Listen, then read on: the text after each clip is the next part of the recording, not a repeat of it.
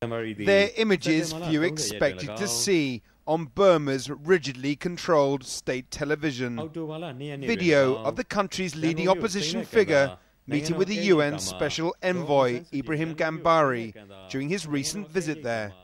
It's the first time Aung San Suu Kyi has been seen on MRTV for years, a rare acknowledgement of the iconic democracy leader by a regime under intense international pressure to move towards dialogue. If she declares to give them up, the senior general will personally meet her. It follows a dramatic announcement that the country's senior general, Tan Swe, might be prepared to meet the Nobel laureate if she met certain preconditions. Even this is a stunning development for a man who previously could not even bring himself to utter her name. It appears, however, that the window of opportunity has opened. And it's against this backdrop that the UN Secretary-General introduced his special envoy before the Security Council today. I'm therefore cautiously encouraged by the government's announcement yesterday that Senior General Tan Swe is prepared to meet Aung San Suu Kyi, although with certain conditions. This is a potentially welcome development which calls for maximum flexibility on all sides.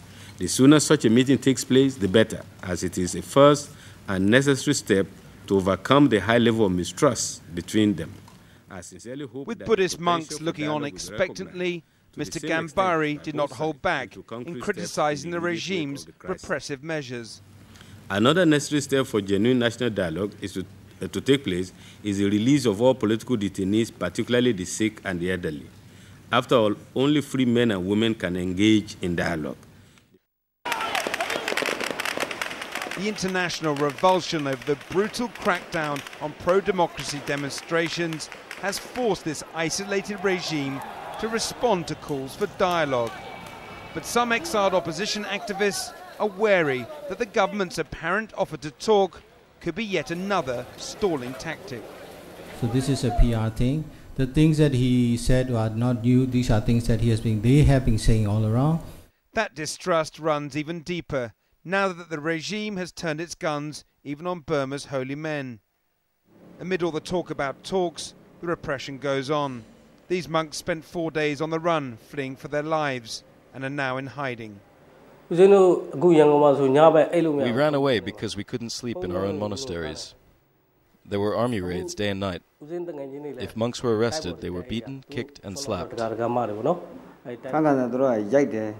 If we are arrested, they will beat us. In their hands, we can't say anything.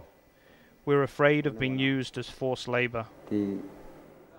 Opposition leaders told Channel 4 News that the despondent-looking Suu Kyi, who appeared in this video, will also be wary and should be allowed to consult with others before responding to an offer from a regime for whom promises count for little.